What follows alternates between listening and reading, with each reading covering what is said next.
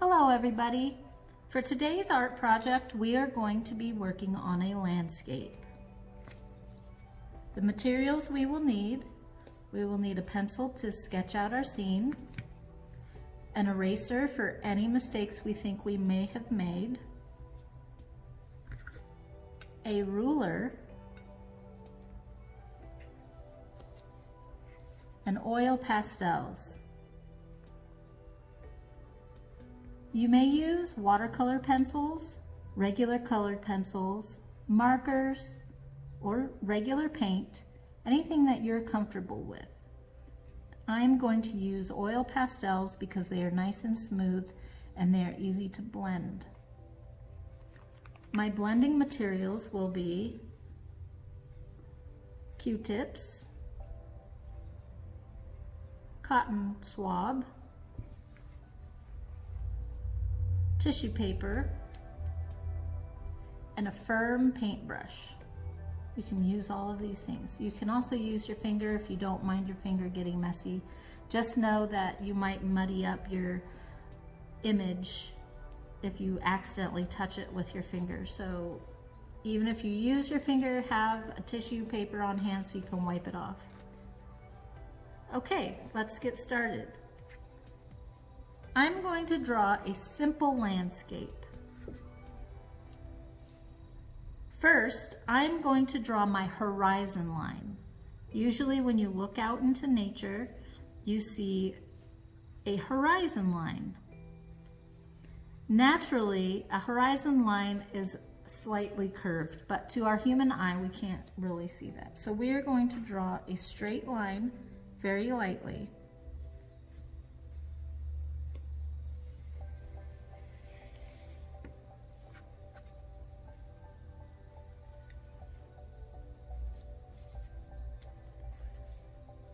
This will give us our reference as to where the sky meets the land.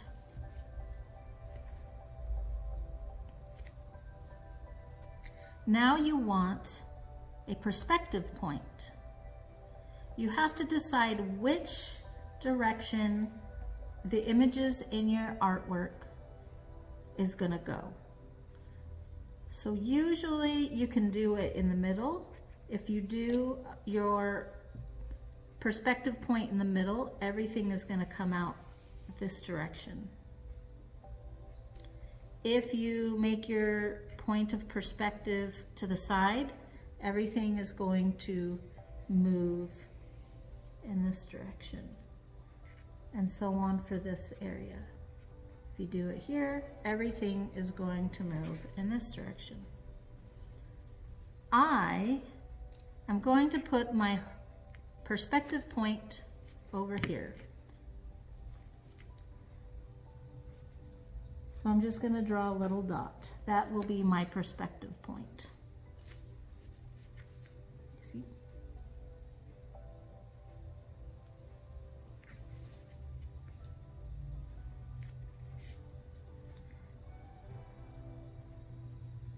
So because my perspective point is there, I usually like to make that the area where the sun is setting or rising. But I don't have to draw in my sun just yet. I would like this to be a mountainous scene with maybe a river. So before I put in any mountains, I'm going to draw the river. Now the river, you want everything according to space. Everything that is further away is going to be smaller. So from this dot, I am going to draw in a river. And rivers are not straight, they swirl. And maybe my river turns into a lake.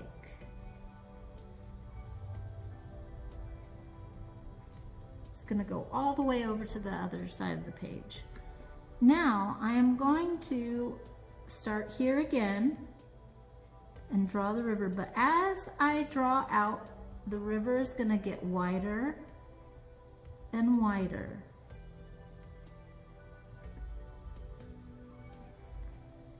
So, and it turns into a lake, so we're going to pull it out like so. So here's my body of water, and this is the land. I'm going to draw some mountains. I'm going to start over here at the horizon line and draw up. And just mountains, you know, they're not straight. You can use your imagination. Draw them as large as you like. And off to the page. This is a very large mountain, and it is far away, so everything that's going to come closer will be larger. Now I'm going to do the outline of the base of the mountain.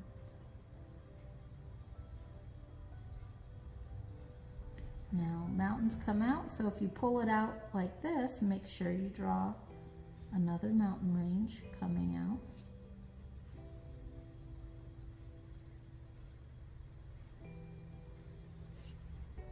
There we go. Any lines within that area you're going to erase.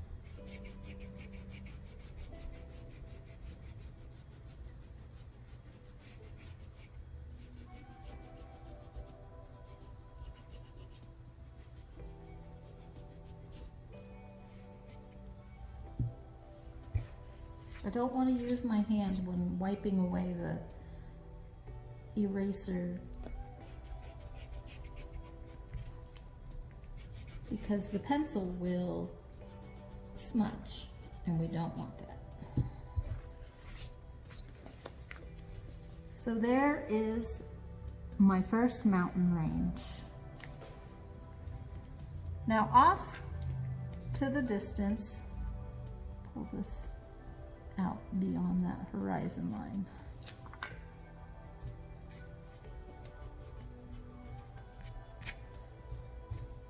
Now let's say that this mountain range is closer than the one I'm going to make. So that horizon line goes behind the mountain. See right here, this horizon line goes behind the mountain. Now if I'm going to make a smaller mountain range back there, it's going to look smaller, and when we add color, it will look darker.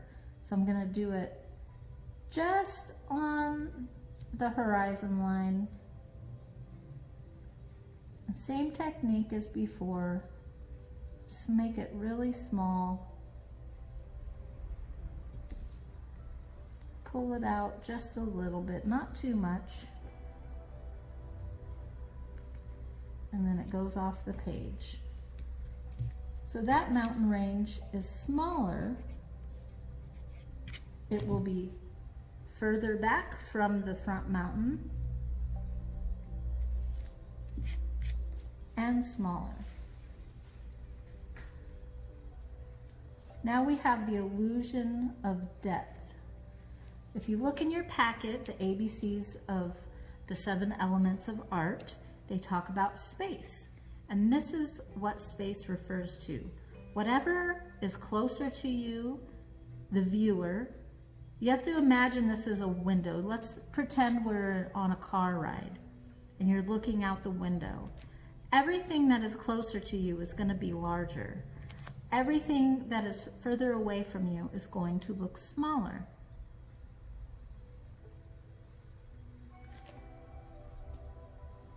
So here's the base of our landscape. Going to erase my little dot, and I am going to, let's say we are looking out to the east in the morning. This will be my sun rising.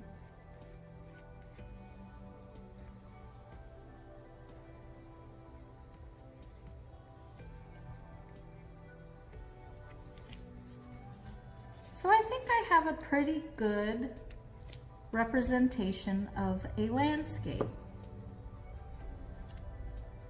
Now to add color. This is when we get into the element of color and texture. If you'd like, you can just color it in smoothly, or if you want to experiment with color, you can use any color you want. Impressionists didn't use the colors that people thought things should be. Remember, they emulated an impression of what they saw to their mind's eye. So, oftentimes, if you look at a mountain, you think of it that a mountain might be brown or green with foliage, but oftentimes when you look to a mountain range from a distance, to your eye, it looks a little purple. I call them purple mountain majesties. Because the sun is behind the mountain, over here it's going to get a little darker. So I'm just going to do a variation of different shades of purple or lavender. It's my furthest away is going to be darker. Now I am going to use an etching technique to start.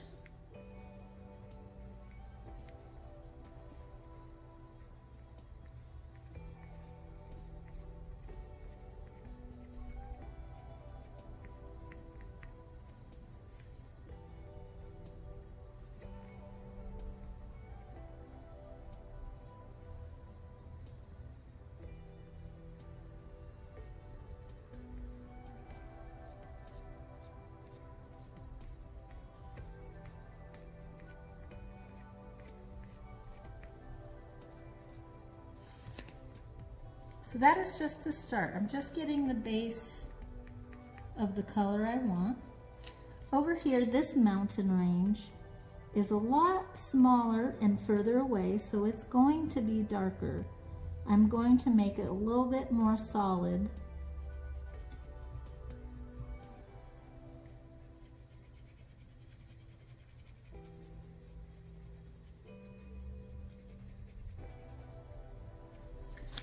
Now where the sun is at, you don't want it to be too dark because the sun is going to light that area up. So you'll be able to see it a little bit better.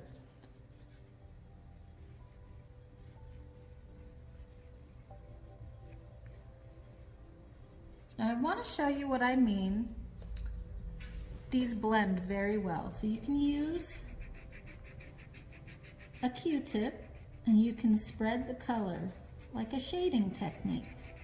This adds value of the color. Remember what value is? Value is when a color goes from dark to light.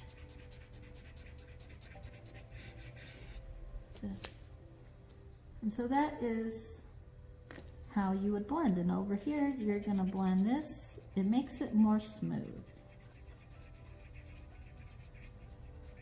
You want to use as many, if you have a lot of Q-tips, because you don't want to use the same Q-tip for another color, or if you do, it might create a neat color effect. You could turn it around.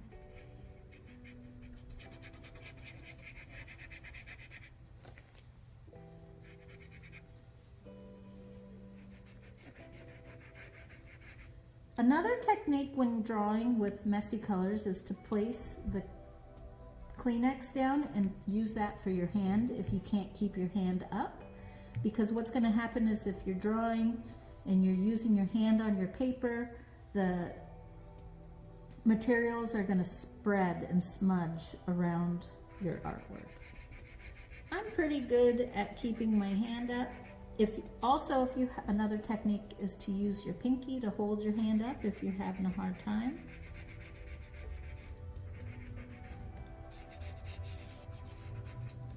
Now for these purple mountain majesties, I am not only going to use violet. What do we make purple with? We make purple with red and blue. So I'm going to use a little bit of blue as well. You want to get a blue that is a warm blue. So a blue that has more red in it, because that will match up with the violet, with the purple effect.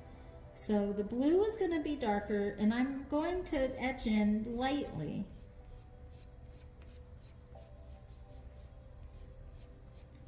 Going to use a different technique with the blue, and I'm going to add the blue where it needs to be a little bit darker. Now you can add texture. You don't have to just color it in. You can go with the mountain and you can add texture, a little bit starker lines.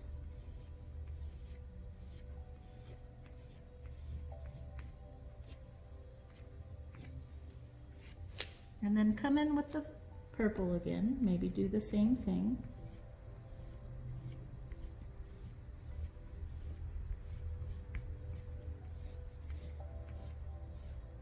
Now to fill in this color, I'm not just coloring it in solid.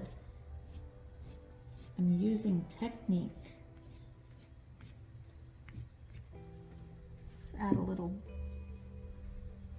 blue over here. Oh, that's purple, duh.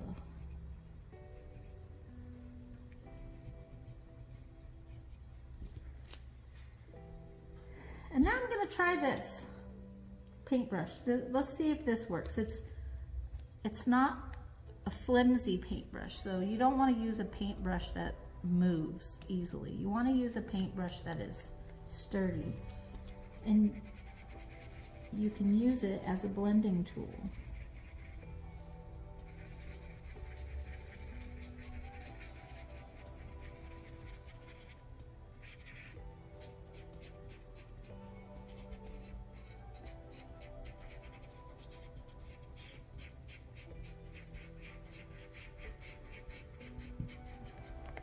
If you're not liking that technique very well, go ahead and use your Q-tip. It's a lot sturdier.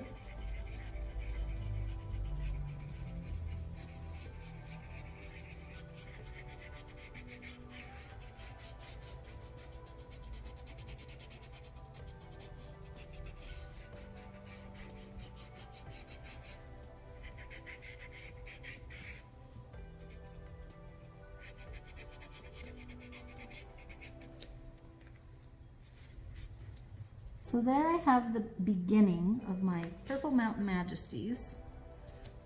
Now because this mountain is a little bit closer, I'm going to add in some colors that our eyes will be able to see as things get closer. So I will put in the lavender. Now this, I'm going to make it a little bit darker so you can see the difference. Now with this lavender, I'm just going to shade it a little bit. I'm not going to fill it in completely.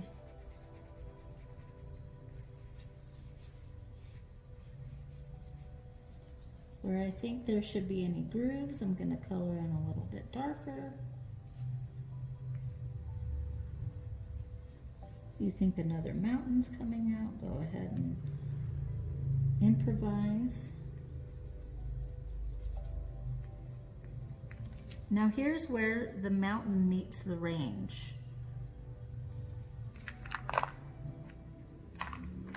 Let's see what colors I have.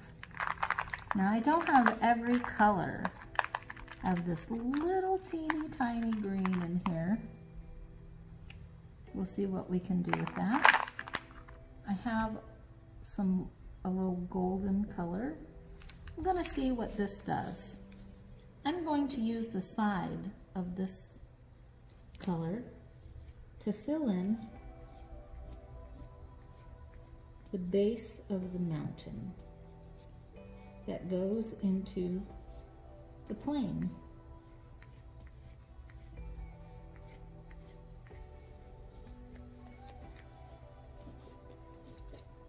So you have a little bit of definition here because the purple outline mixed with the gold makes it darker. I'm going to pull this down. This is going to be my base color for the plane.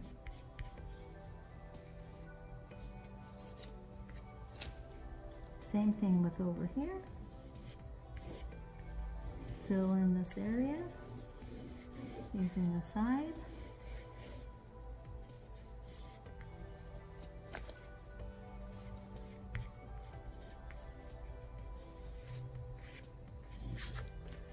Okay. So there we have just the base of the background. I'm going to use this. Now this is just a teeny tiny piece. So you think that you might not be able to do much with it, but you can. We can use a technique that's called stippling or pointillism. And you can just do a whole bunch of little dots all through.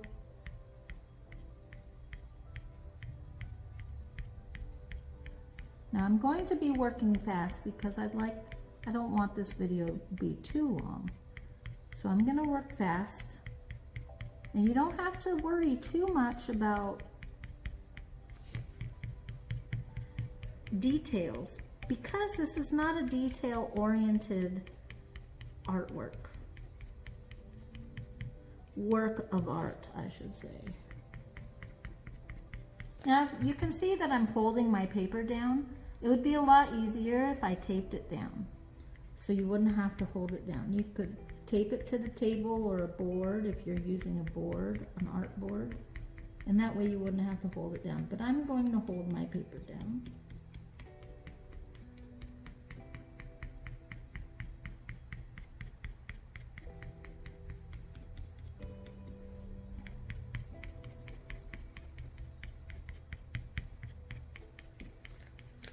So there's the second layer of my landscape, the base of my landscape. Let's see, I'll shade a little bit. Everything gets brighter as it gets closer.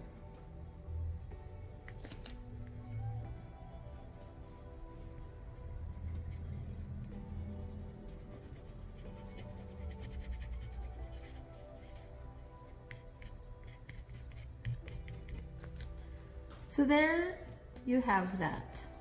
And I still have much of my little piece of green. I'm gonna keep that. Don't throw these scraps away because you can always use them. Now, let's see. Before I work on the water, I'm going to work on the sky because whatever is in the sky is going to reflect into the water. So you need to know what colors you're going to add to the water. Let's look into the box. If you have a dirty piece that's like, this piece is pretty dirty, I'd like to use this piece, you can take a separate sheet of paper and clean it up. You can just, wherever there's little dirt specks, just clean it up a little bit, and that way it won't go onto your art piece. I'm going to use this piece to start with the sun.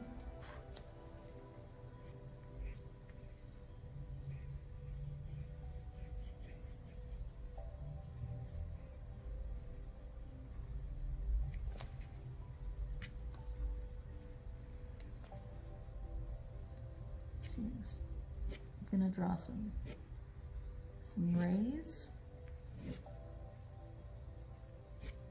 It's a beautiful morning. The sun is rising. I don't know if there's any early birds out there, but if you ever wake up when the sun is rising. There's a point in the morning where it's just so absolutely beautiful. Looks so bright. Oranges and yellows shine through. So there's the first part of my sun. I don't want to put that away because I don't want to lose it. Now let's see what else is in here. Oop, I have another little tiny piece. Let's add some yellow to the sun. Now remember, you don't have to color in all the way. I'm doing sun rays. Usually when you look out at the sky with the sun is raying.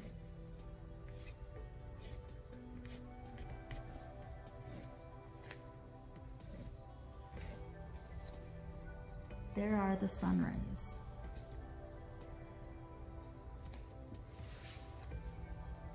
Now I'm going to use a little bit of orange. Make it a little darker from the beginning.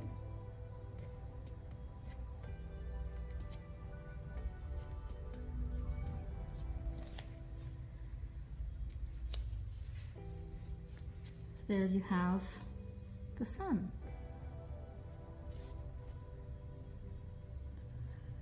However, in the morning, the sun still lets the sky shine through. So I have this blue. It's pretty dirty. I'm gonna clean it.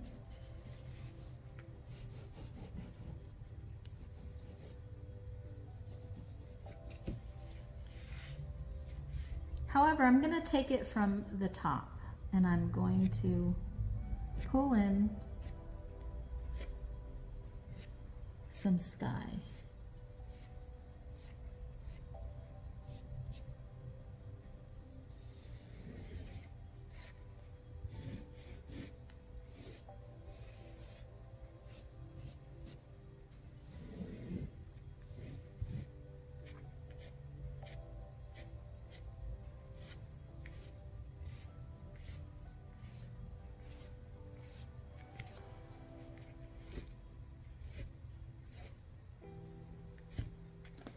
All right.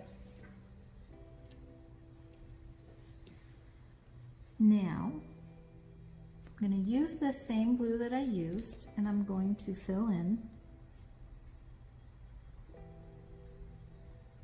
the water area.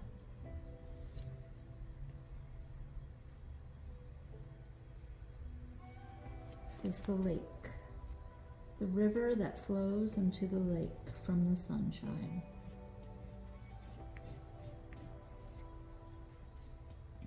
Add the yellow in here. It's going to make it look a little green. Add a little orange. So the sun is going to reflect into the lake.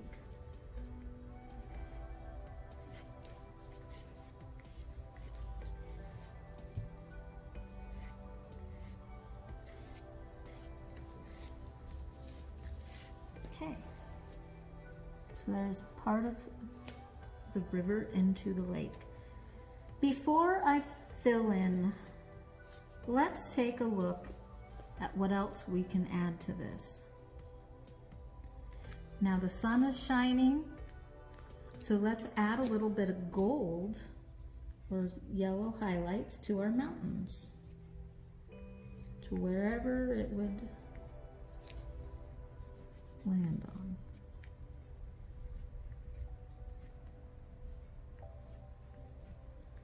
So a mixture of colors.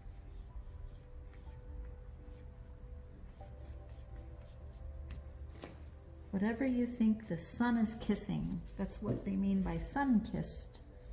It's whatever you look at that the sun is reflected on.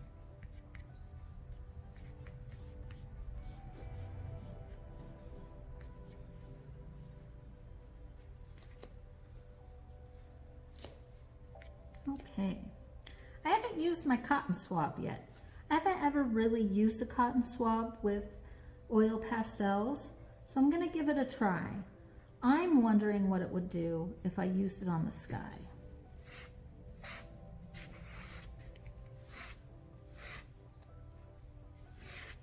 Ooh, it smooths it out pretty nicely.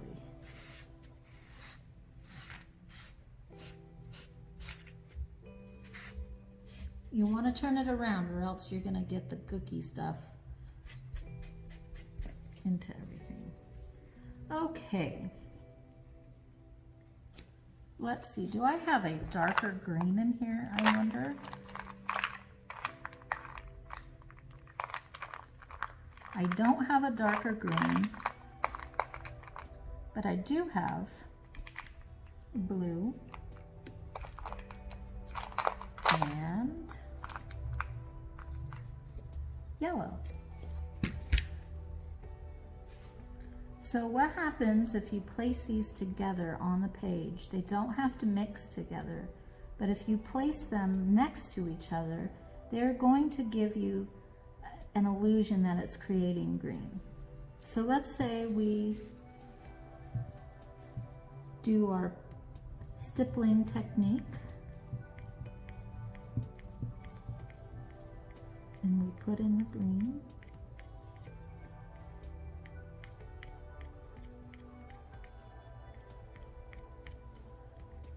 The blue, I mean.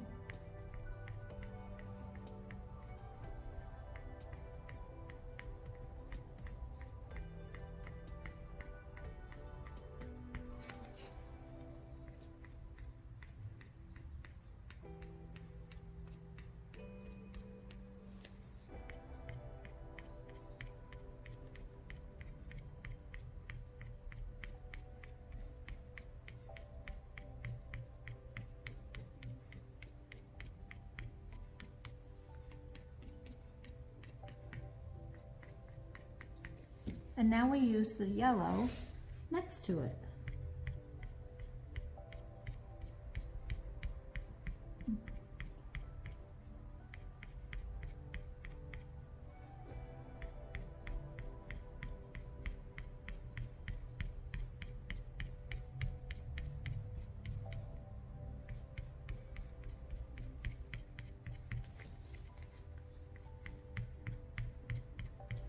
Don't be afraid to go over it because you're trying to get that dark green color.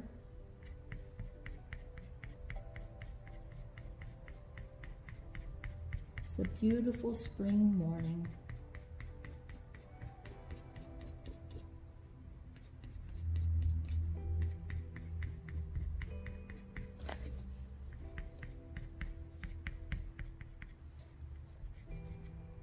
I'm gonna fill in some yellow back here to show that the sun is shining bright over there.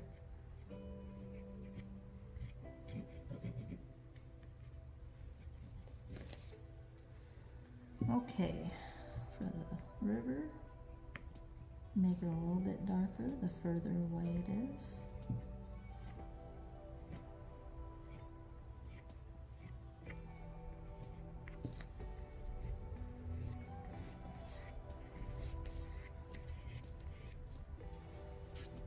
Now water flows, so if you're doing an impression of what water is, you can do swirls.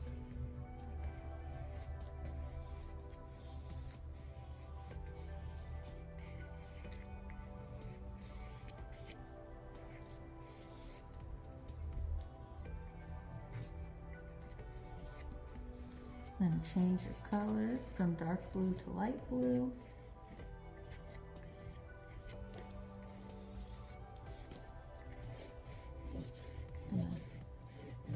Use the side to fill in.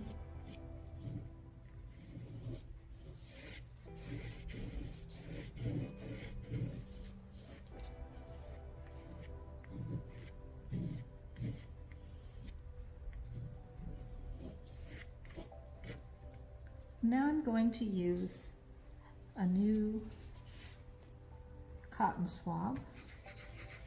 See what this does.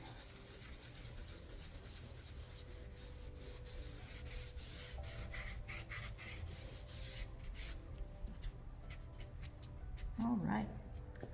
I'm going to add a little, let's say this is a poppy field. So I'm going to twist. I'm not just making dots, I'm pushing down and twisting.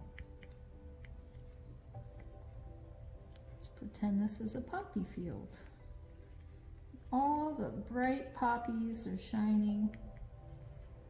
I don't know who's been out walking in the nature, but all the California poppies are in bloom right now and they're so beautiful. So let's create some poppy fields.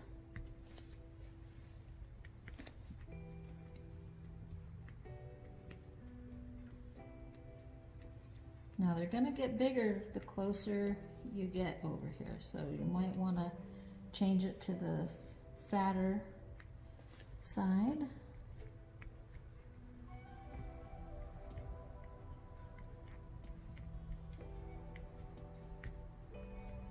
Here's our beautiful California poppy fields.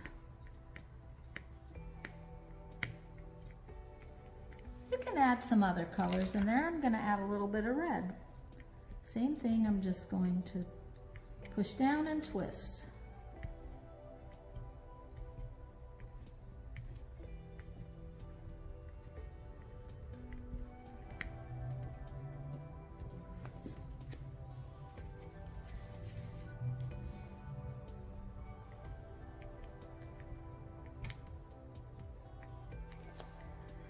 Okay, there is my little poppy field. Now you can add any color flower you want. It's up to you. Let's add a little bit of some wildflowers. We'll use this nice pinky purple color.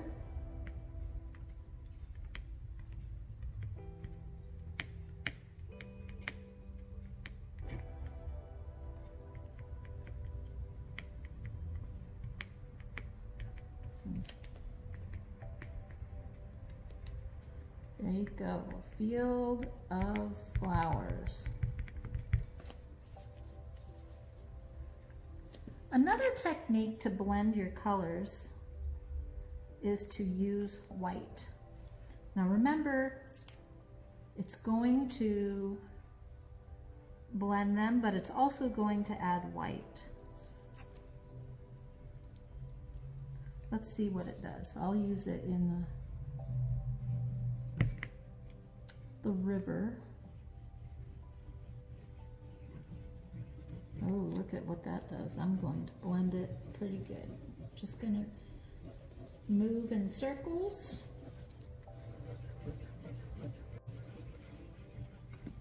Makes it look more like water, I think.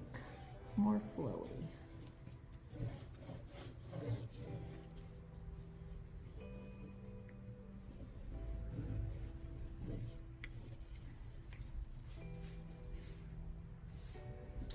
We can add it to the mountain. That will blend everything together. Make it look more painterly, I think.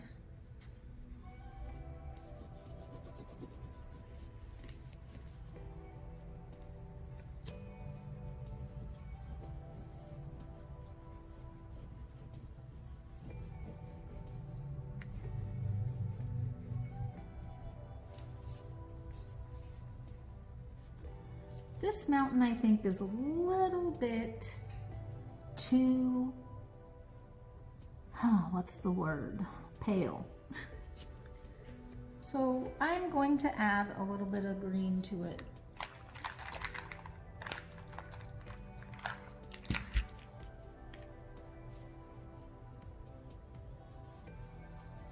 Just going to use circular motion to add some green. It's closer, so we'll be able to see a little bit more of the details of the mountain. But hey, maybe the top of the mountain is not as lush. So you can go in there.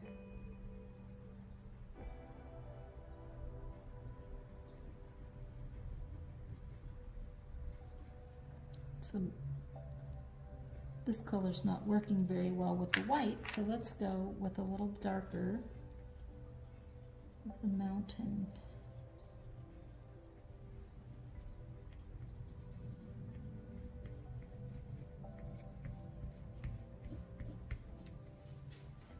Same thing with the top of this mountain. Maybe it's not as lush. We could add a little green, or not green, brown. Just in places. Smooth.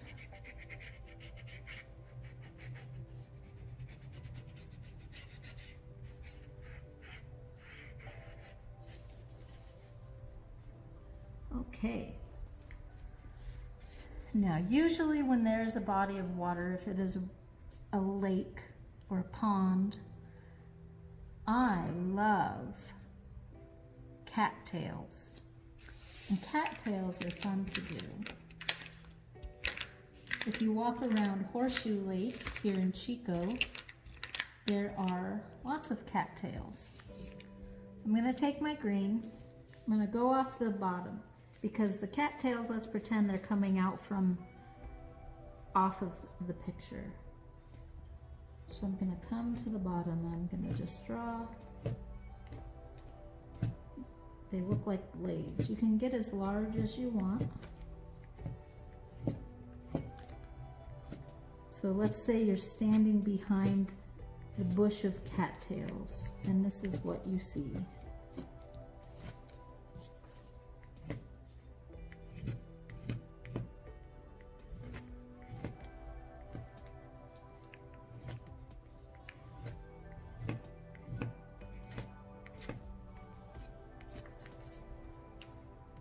I'm going to come in here with some, not purple, with some blue, just to add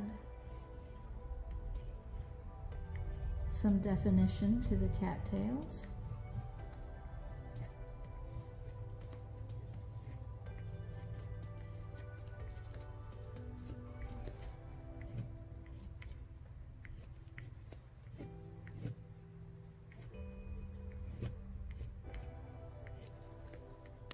And let's add some yellow. You can do as many colors as you want, as long as it is an impression of what you are trying to display. Let's say a little red in here. You never know.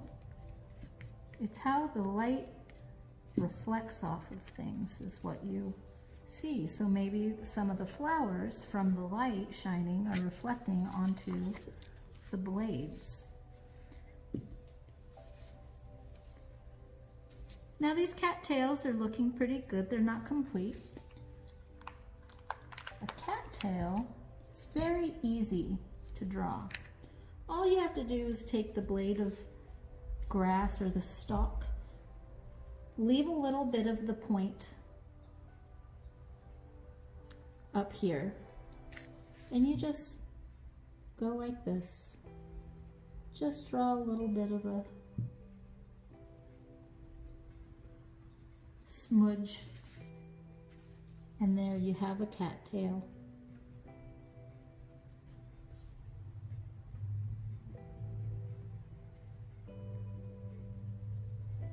Now you don't want to draw the cattails on every single piece because they don't grow on all of the blades.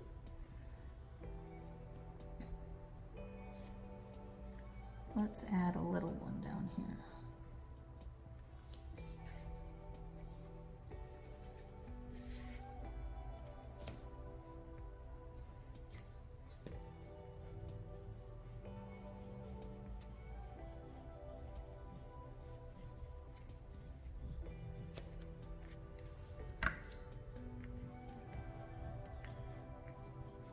You can work on any touch-ups you might think need to be done. You can blend some more. But I'm going to call this piece finished. This is the landscape that I've completed. Remember to always sign your name. I'm going to take a Sharpie and I'm going to sign